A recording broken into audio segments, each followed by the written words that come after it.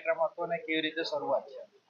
વડોદરા શહેરની અંદર પૂર્વ વિસ્તારની અંદર સૌથી મોટા ગરબા આદ્ય શક્તિ ગરબાનું આજે ભૂમિપૂજનનો કાર્યક્રમ રાખવામાં આવ્યો હતો. આદ્ય શક્તિ ગરબા છેલ્લા 8 વર્ષથી લેપ્રેસી ગ્રાઉન્ડની અંદર અમે કરતા આવ્યા છે.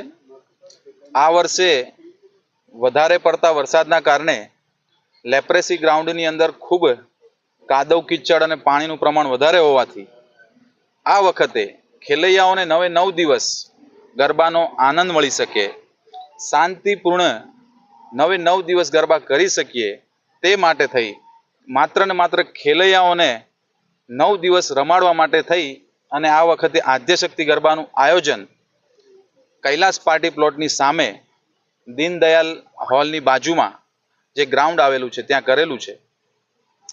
આ વર્ષે પણ આદ્યશક્તિ ગરબાનું 9મું વર્ષ છે. વડોદરા શહેરના પૂર્વ વિસ્તારમાંથી અને વડોદરા શહેરમાંથી ખૂબ મોટી સંખ્યાની અંદર અહીંયા ખેલૈયાઓ રમવા આવે છે. આ વર્ષે પણ આદ્યશક્તિ ગરબામાં આપ સૌ રમવા આવશો. આપ સૌને અમારું ભાવભર્યું આમંત્રણ છે. મુકેશભાઈ, દર વખતની જેમ આ વખતે ખેલૈયાઓ માટેની કઈ કઈ સુવિધા ગ્રાઉન્ડ પર પૂરી પાડવામાં આવશે? આદ્યશક્તિ ગરબા છેલ્લા 8 વર્ષથી અને આ વર્ષે પણ હંમેશા ખેલૈયાઓની જવાબદારીને ધ્યાનમાં રાખી આદ્યશક્તિ ગરબાની અંદર સૌથી મોટું પાર્કિંગની વ્યવસ્થા છે. સારામાં સારું ફૂડ કોર્ટનું આયોજન કરેલ છે. તેમજ ઘણા બધા ઇનામો સાથે રોજના ખેલૈયાઓ માટે 200, 300, 400 રોજના ખેલૈયાઓને ઇનામ મળી શકે એ માટેનું આયોજન કરેલ છે. અને અંદાજિત કેટલી પબ્લિક અહીંયા આગળ ખેલૈયાઓ ખેલવા માટે આવશે એવી વ્યવસ્થા છે?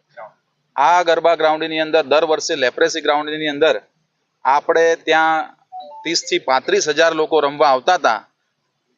એના કરતાં પણ વધારે કેપેસિટી વાળું આ વખતનું ગ્રાઉન્ડ છે. એટલે એટલા જ લોકો અહીંયા રમી શકશે એવી આયોજન કરેલ છે.